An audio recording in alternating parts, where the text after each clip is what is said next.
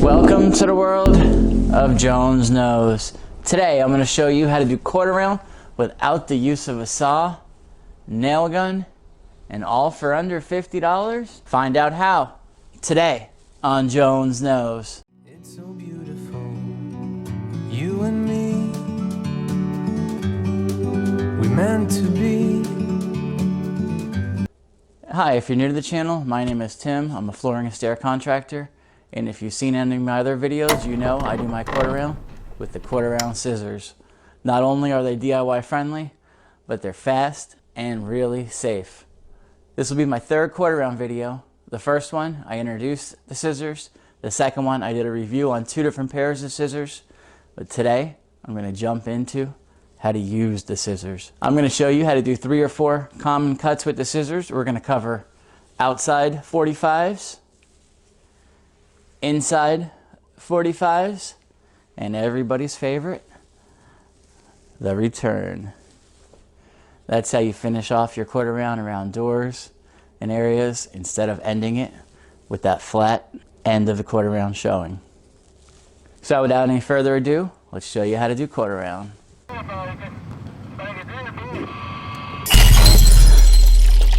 So the first inside corner that we're going to cover today is a 22-degree angle.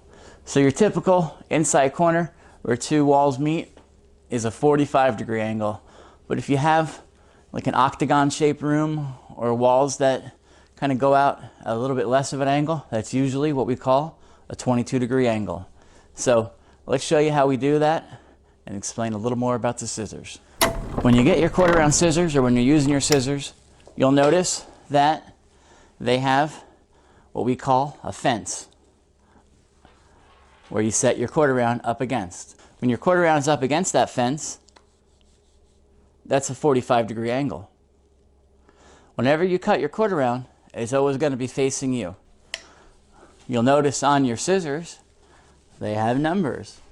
Yep, actual numbers. And one of them says 22. And that's the cut we're going to be showing you how to do now.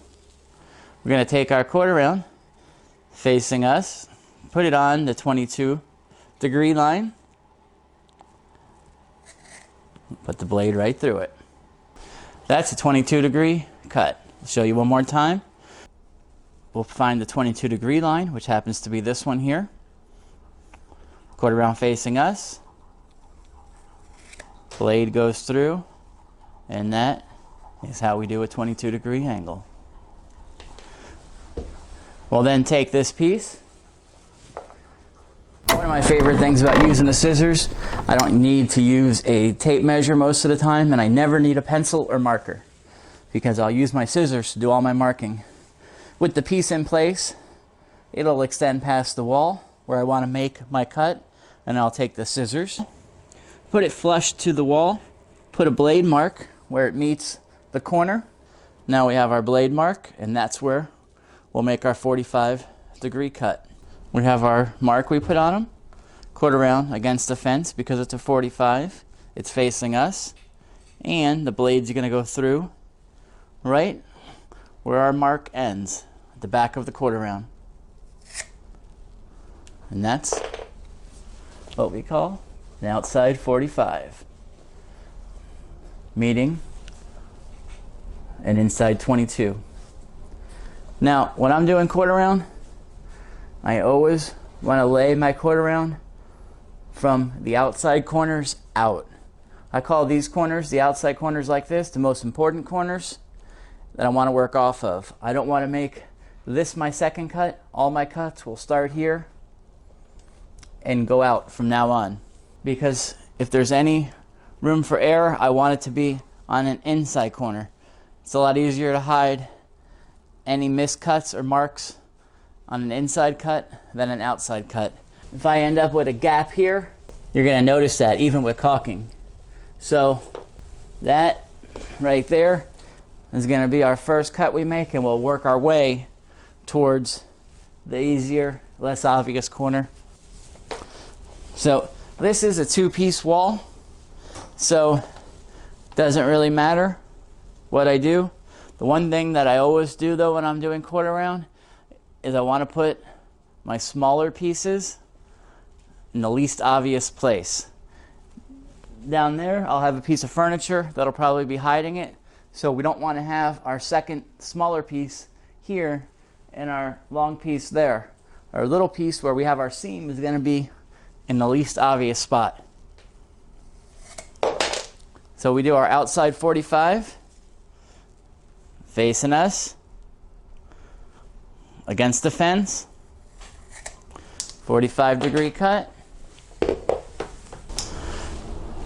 Look at that, I love it. How easy is that? And safe. I don't have to get up and walk to the saw. Not that I'm lazy, but guess what? It's a lot more efficient to do all the cutting where you're working. Look at that, they meet up perfect. Once we nail that in, that'll be perfect. So we'll put our piece right here in place, and we're gonna work towards the corner now. So now this is our inside 45. We have a piece here and a piece here.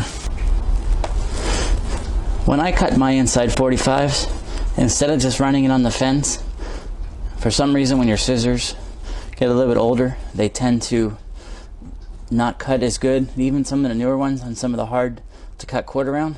So rather than just keeping it right on the fence, which you can, there's nothing wrong with, and cutting through just like that, sometimes you'll get a little belly at the bottom. You'll get that. They're touching at the bottom, but there's a space at the top. You might never even notice that with the caulking. But if you're worried about that, you don't want that. So there's a hack to that, which you can do. You don't have to. So instead of sitting flat and just cutting right through that, what I like to do is to twist it so that you see it's kind of off the fence in the back, and roll it back so that when I cut through, I cut the bottom out so that it's almost at an angle just by twisting it. I'll show you one more time. I basically stick that end out just a little bit and lift the front edge up. So you see how it's positioned? See how it's positioned? When I cut through, what that does, it actually slices more off the bottom than it does the top, so there's not a belly. So we have our first piece in place that we cut earlier, and this is where it ends right here. That's our piece that we cut with the inside 45.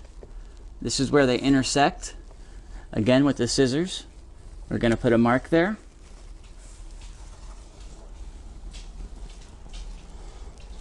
That mark is where we cut. So that is just a straight joint. That is not a mitered seam.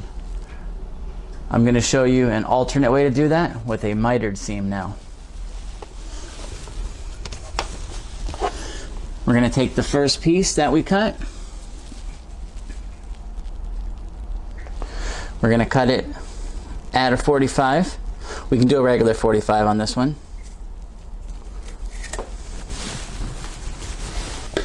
So now we have a piece that is intersecting with an inside 45 cut. So what we want to do is put a mark where the longest part of the last piece is, which is right there. And now we have our mark, and we're just going to cut an outside 45 so that, look at that, isn't that perfect? When we caulk and nail it, so you won't even see that seam. So now we're on to our next 45, so that when I put my two pieces together, it's perfect. We're just doing a straight join here, and I'll just mark it where the two pieces meet. Straight cut, put it in, and that's the perfect corner. Can't get any tighter than that. So I said I was going to show you how to do quarter round today without the use of a nail gun, and this is how I do it. The use of hot glue. Now this is a really cool glue gun that I picked up on Amazon here. For years I had a $100 gun called a PAM. I loved it, it worked great. It burned out on me. I was really upset because I spent a lot of money on it. I was gonna buy another one until I ran into this guy here. Got paid like $30 for it. It does something that PAM could never do for me. It lights up. Really cool multi-directional light. Pam had a little light on her, but she didn't have anything like this. I forgot who Pam is. Who's Pam now? I don't know where she is. This is my new girl. Whenever I'm doing quarter round that is matching, it's up against an expensive piece of furniture, or it's under kitchen cabinets, I don't want to put nail holes in it because I don't want to have nail holes showing. I'll hot glue it down, but I won't just hot glue it. I'll use this with siliconized caulk. The siliconized caulk works just like a glue. It takes a little while to dry though, so this will hold it in place while the caulking sets. So I always use a nail gun like this. I have DeWalt's cordless. These are great. I mean, I love my cordless DeWalt nail guns. But if you're at home and you're a DIYer and you're just doing a bedroom, you say, I'm never going to need a nail gun again. I want to give you an alternate method. That's why I'm showing you how to hot glue it here. So I'm not saying don't use a nail gun. These are great tools. I'll put the link in the description below for both of these. I highly suggest using a nail gun, but if it's a small area or you don't want to put holes in your quarter round, the hot glue gun works really good.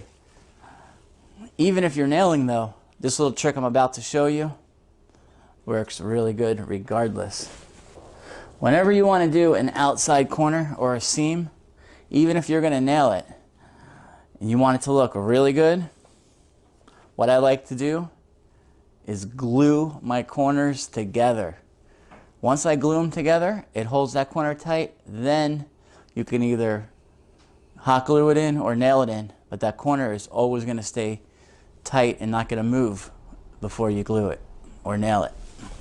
So what you're going to want to do is take one of your sides, put a little hot glue on it. Now this stuff sets fast, and you're just going to hold it together for about 30 seconds or until the glue sets. You don't want to let go too quickly, because if the glue sets and it's not together, you'll have a hard piece of glue preventing it from staying closed. So you just want to hold it there for about 30 seconds. You'll know because you'll be able to pull the piece out and they'll stay together once it's dry. I'm still holding it here. Oh, look at that. Look at that. It's magic. You can't mess up on that corner now. That is going to stay in place regardless of how you attach the corner round. Your corner is going to look perfect. Now we're going to do that to our miter seam as well. Make sure you set them, you hold them in place, and by the time we're done, we're going to have one giant piece of quarter round all glued together. Look at that. Look at that. We just made one giant piece of quarter round. 3 pieces connected together. You can't go wrong now when you're gluing this to the wall or nailing this to the wall. There's no way to mess up. All your corners are perfect and all your joints are perfect. So now what you want to do is put it in the neighborhood, put it in the area it's going to be installed basically. Man, that's perfect. That is perfect. So now if we're going to nail it, we'll just take our nail gun, pop, pop, pop, and we're done. But I'm going to show you how to do it without a nail gun, I said. So you want to take your siliconized caulk. Whenever you're caulking, you never want to cut a huge giant opening on your caulking. What I like to do is cut the tip off on a slight angle.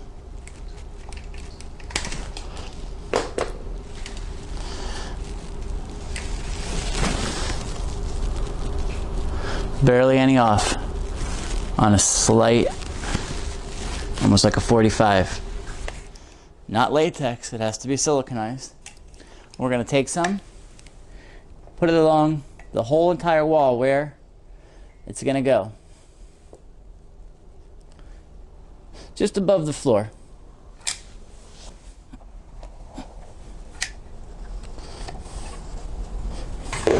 Hot glue sets really fast.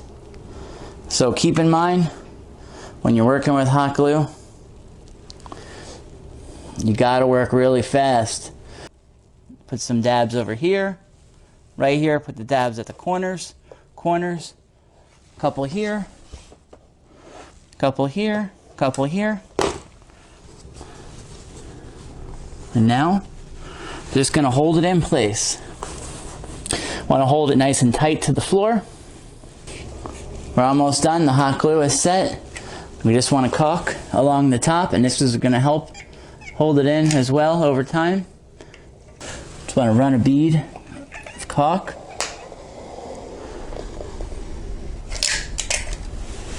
Right along the top, and always have a wet rag or cloth with you. I like to use my finger. Take the excess, put it on your outside or inside corners. Then with our wet rag, wipe down any excess and wipe off any caulking on the actual quarter round. So when you go to paint it, you won't see any smeared caulking in the paint. So I still have one more cut to show you how to make with these scissors, and it's my favorite and what everyone loves. It's the money cut. It's the return. That's why we make the big bucks. That's how you can make the big bucks. That's how you can look like a star. Everybody loves a return. No one wants to see the end of their quarter round around a door casing. Let's face it, it doesn't look good. So typically if you're using a saw though, returns can be really annoying, can be dangerous actually. So you have to cut little pieces and find them, they go flying off the saw, but not with the scissors. So we'll take our piece when we do want to do a return, and instead of having this square edge, all you have to do is wherever you want the return, cut an outside 45, bam. Take a second piece, instead of cutting an outside 45, the same piece just like that, cut an inside 45. But save the piece that fell off that.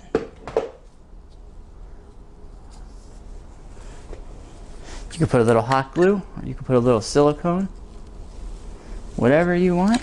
It doesn't take much, just make sure you put something.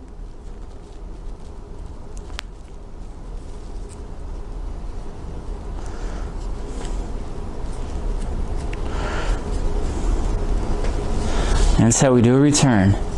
So easy, right? So easy, I'll show you how to do it one more time in case you missed it. We got two pieces. It's like a card trick I'm doing here. I feel like I'm doing a card trick at a party or something. Not that I go to parties, but if I was gonna go to a party, I guess I would maybe try to do card tricks. I don't know, I've never been a tricky kind of guy. I don't know. Anyway, what am I talking about? So we'll take our two pieces, cut an outside 45 on one, cut an inside 45 on the other. Keep that little inside 45.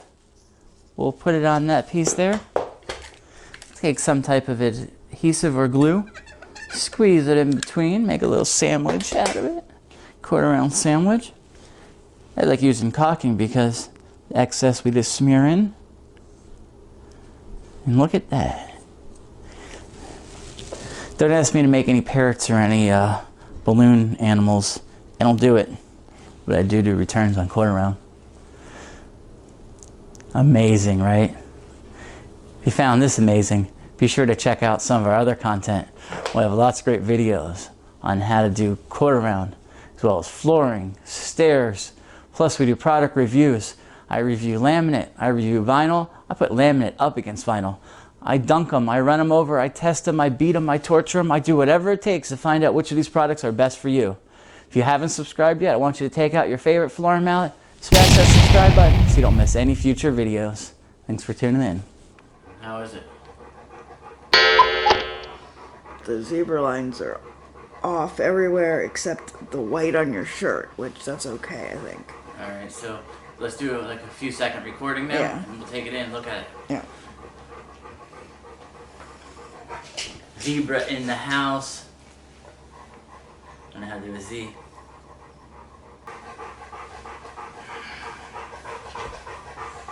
Wild zebras.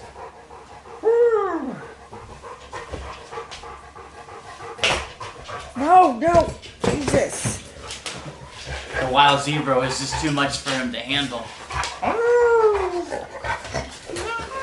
Oh, he never gets in the shot. Finally. Wild zebra wrestling. He's got zebra lines on him. On his belly. We're playing the bear Baduka drums. He's not a zebra, he's a bear. He's a zebra.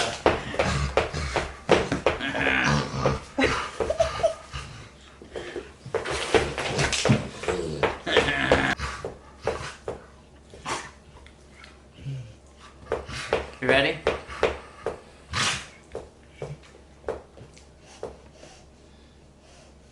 Alright, let's do a look at it. What camera is this? A7S2. A7. Sony A7 II. There's no S, I don't think. I don't know if there's an S or not, honestly. Looking awful cute. It's recording, so talk away. Today we're going to be doing inside corners, outside corners,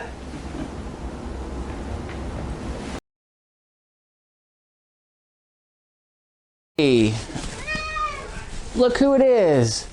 It's my sidekick, Moo, Max. What are you doing, Moo? You here to help with the scissors? Are you here to play with the quarter round?